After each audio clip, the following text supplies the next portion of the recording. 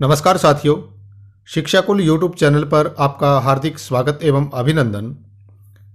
आज का जो हमारा वीडियो है इसमें हम राजस्थान जीके से संबंधित प्रश्न हल करेंगे और ये प्रश्न RPSC first grade, second grade और थर्ड ग्रेड की जो परीक्षा होने वाली है उन सभी के लिए महत्वपूर्ण है।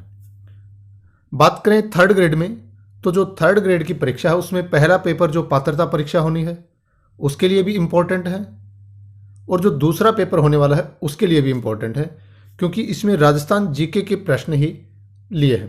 तो आप वीडियो को पूरा देखें। ऐसे प्रश्न परीक्षा में पूछे भी गए हैं और आगे भी पूछे जाने की संभावना है। तो हमारा जो पहला प्रश्न है कि चेतावनी राज चोंगटा नामक प्रसिद्ध सोरठे किसने लिखे थे। जो चेतावनी राज चोंगटा जो प्रसिद्ध सोरठे हैं वो किसने लिखे थे, तो ये लिखे थे केसरी सिंह बाराहट ने। किसने लिखे थे? केसरी सिंह बाराहट ने। अब किस लिए लिखे थे? देखिए 1903 में लॉर्ड कर्जन ने दिल्ली दरबार का आयोजन किया था। 1903 ईस्वी में तत्कालीन वायसराय थे लॉर्ड कर्जन और दिल्ली में एक दरबार का आयोजन किया और मेवाड़ की जो महाराणा थी फतेह सिंह, वो क्या कर रहे थे, इस दरबार में जा रहे थे। और जैसा कि आप जानते हैं कि जो मेवाड़ की भूमि है वो वीरों की भूमि रही है, स्वाभिमानी वीरों की भूमि रही है।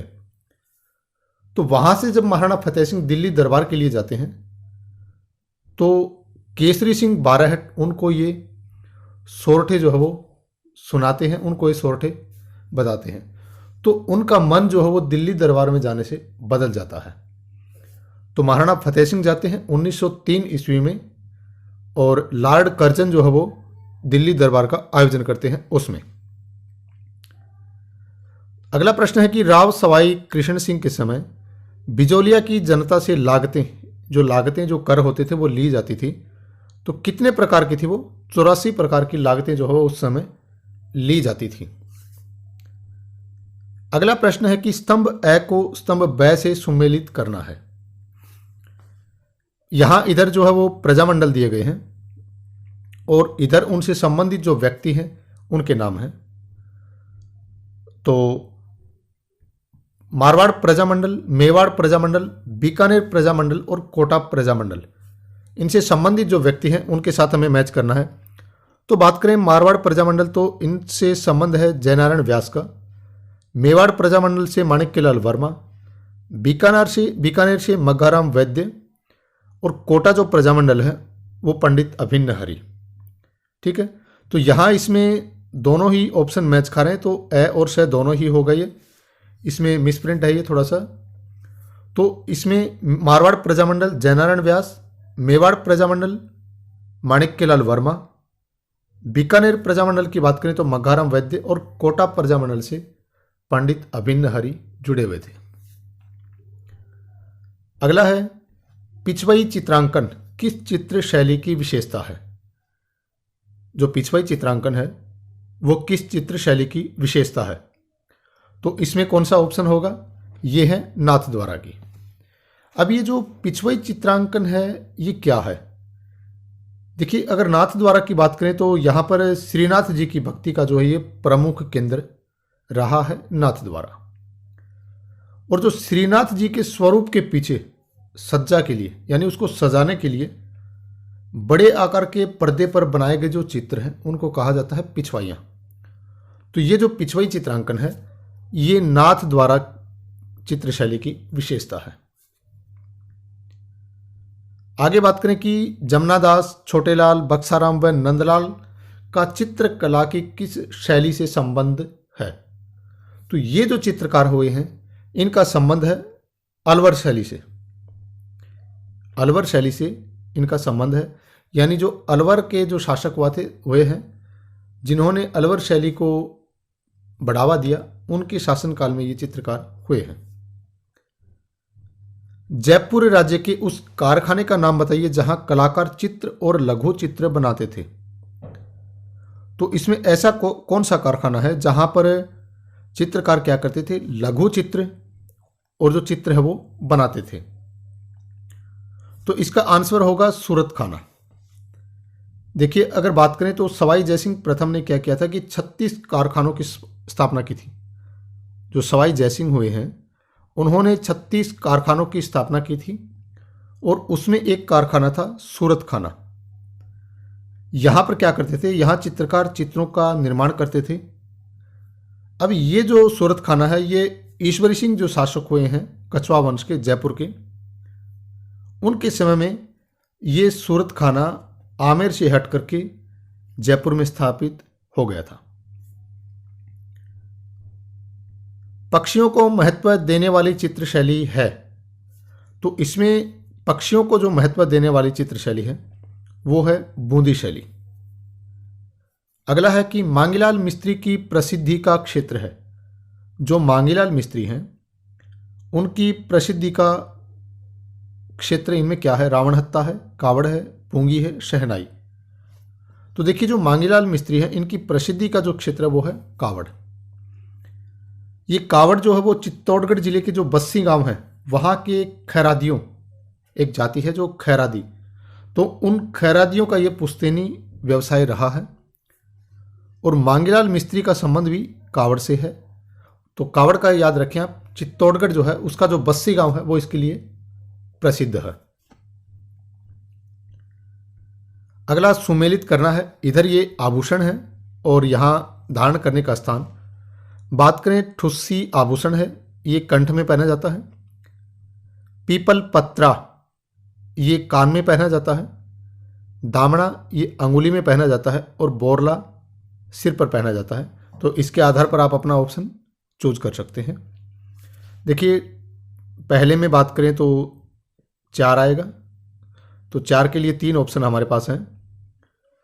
दूसरे में 1 आएगा, तो पहले में 4, दूसरे में 1, ये ऑप्शन हमारा सही हो जाएगा से का।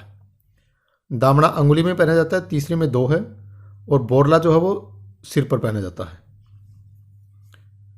अगला प्रश्न है कि स्त्रियों द्वारा लहरिया भात की ओढ़नी किस माह में पहनी जाती है। तो जो स्त्रियां हैं वो लहरिया भात की जो ओढ़नी ओढ़ती हैं वो श्रावण के महीने में ओढ़ती हैं। राजस्थान में लठमार होली कहाँ की प्रसिद्ध है, कहाँ खेली जाती है। तो ये जो श्री महावीर जी जगह है वहां पर लठमार होली खेली जाती है, वहां की ये लठमार होली प्रसिद्ध है। बच्छावतों की हवेली किस शहर में स्थित है। तो जो बच्छावतों की हवेली है वो बीकानेर में स्थित है। पटेल्या, बीछियो, लालर ये क्या है। पटेल्या, बीछियो, लालर ये क्या है, ये है लोकगीत। क्या है, लोकगीत, और मेवाड़ क्षेत्र के ये लोकगीत हैं। ठीक है, मेवाड़ क्षेत्र के। लच्छीराम का संबंध किस लोक नाट्य से है। लच्छीराम का संबंध किस लोक नाट्य से है। तो ये जो कुचामणी लोक नाट्य है उनसे इसका संबंध है। 4 बैत कहाँ का प्रसिद्ध लोक नाट्य है। तो ये टोंक का है।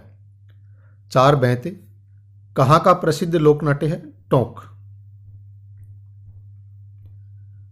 जिस काव्य ग्रंथ में किसी राजा की कीर्ति, विजय, युद्ध, वीरता आदि का वर्णन हो उसे क्या कहते हैं। देखिए, जिस काव्य ग्रंथ में किसी राजा की कीर्ति, विजय, युद्ध, वीरता आदि का वर्णन हो उसे क्या कहते हैं। तो उसे कहते हैं रासो।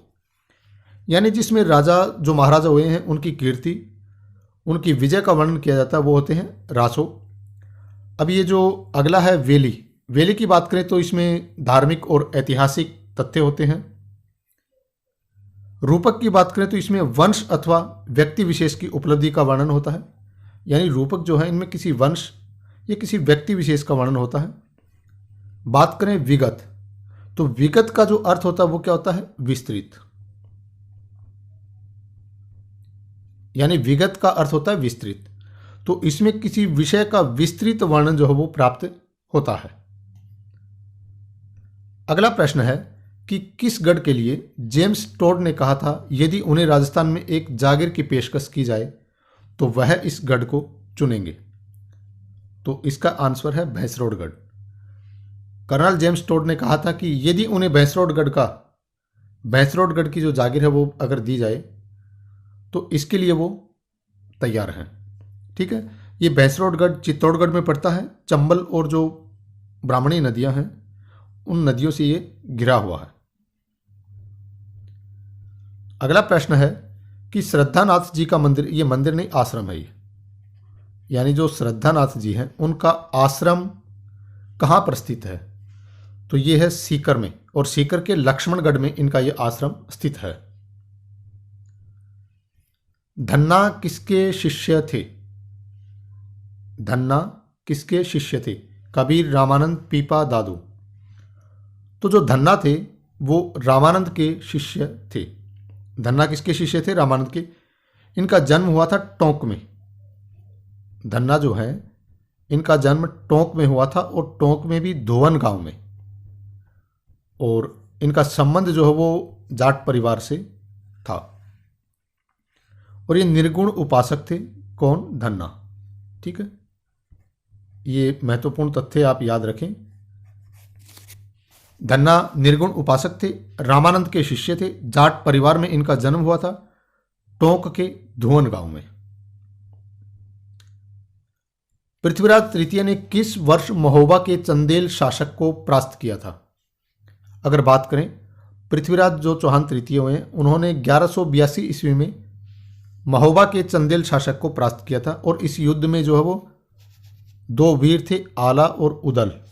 ठीक है, आला और उदल ये इसमें वीर गति को प्राप्त हो गए थे। 16 जुलाई 1734 ईस्वी को हुए हुरडा सम्मेलन की अध्यक्षता किसने की थी? ये तारीख आपको कहीं पर 17 तारीख भी मिलती है, 17 जुलाई 1734। हालांकि राजस्थान माध्यमिक शिक्षा बोर्ड की जो पुस्तक है उसमें 16 जुलाई दिया हुआ है। तो 16 जुलाई 1734 को जो हुरडा सम्मेलन हुआ था उसकी अध्यक्षता की थी जगत सिंह द्वितीय ने। ठीक है, उसकी अध्यक्षता किसने की थी? जगत सिंह द्वितीय ने। निम्नलिखित में से कौन पंच पीरों में शामिल नहीं है? तो राजस्थान में 5 पीर माने जाते हैं। अब उन 5 पीरों में शामिल कौन है, कौन नहीं है? तो वो है तेजा जी। देखिए, अगर आप इन 5 पीरों को याद करें तो एक ट्रिक के माध्यम से आप याद कर सकते हैं कि मेहा जी का है गोरा पांव। ठीक है, आप इस तरह से इनको याद कर सकते हैं कि मेहा जी का है गोरा पांव, यानी मेहा जी, गोगा जी, रामदेव जी, ये है, इससे भी याद करेंगे हड़बू जी, और पा से पाबू जी। ठीक है, मेहा जी, हड़बू जी, गोगा जी, रामदेव जी और पाबू जी। तो इनमें तेजा जी जो है वो पंच पीरों में शामिल नहीं है। अगला प्रश्न है कि सीकर जिले का कौन सा स्थान गोटा उद्योग के लिए प्रसिद्ध है? सीकर जिले का कौन सा स्थान गोटा उद्योग के लिए प्रसिद्ध है? तो जो सीकर का खंडेला गांव है ये गोटा उद्योग के लिए प्रसिद्ध है। माही बजाज सागर परियोजना कहाँ विकसित की गई है? तो ये जो माही बजाज सागर परियोजना है वो बांसवाड़ा में विकसित की गई है। चंदेरिया सीसा जस्ता शोधक संयंत्र कहाँ स्थित है? क्या है कि जो चंदेरिया ये सीसा जस्ता के लिए, यहाँ पर सीसा जस्ता का शोधक संयंत्र है, तो ये चंदेरिया कहाँ पड़ता है? ये पड़ता है चित्तौड़गढ़ में। ठीक है, तो हमने ये 25 प्रश्न लिए हैं और राजस्थान जीके के ये प्रश्न हैं, और ये प्रश्न राजस्थान माध्यमिक शिक्षा बोर्ड की जो पुस्तकें हैं, राजस्थान का अध्ययन, उन्हीं पुस्तकों से ये प्रश्न लिए गए हैं। तो अगर आपको ये वीडियो पसंद आता है, प्रश्न अच्छे लगते हैं, तो आप कमेंट सेक्शन में हमें ज़रूर बताएं कि अच्छे लगे तो हम इसी सीरीज़ को आगे बढ़ाने की कोशिश करेंगे। और अगर आपने चैनल को सब्सक्राइब नहीं किया तो प्लीज़ चैनल को सब्सक्राइब कर लें और बेल आइकन को भी दबा लें, क्योंकि हम यहाँ पर आपकी परीक्षाओं से संबंधित मैटर जो है वो अपलोड करते रहते हैं।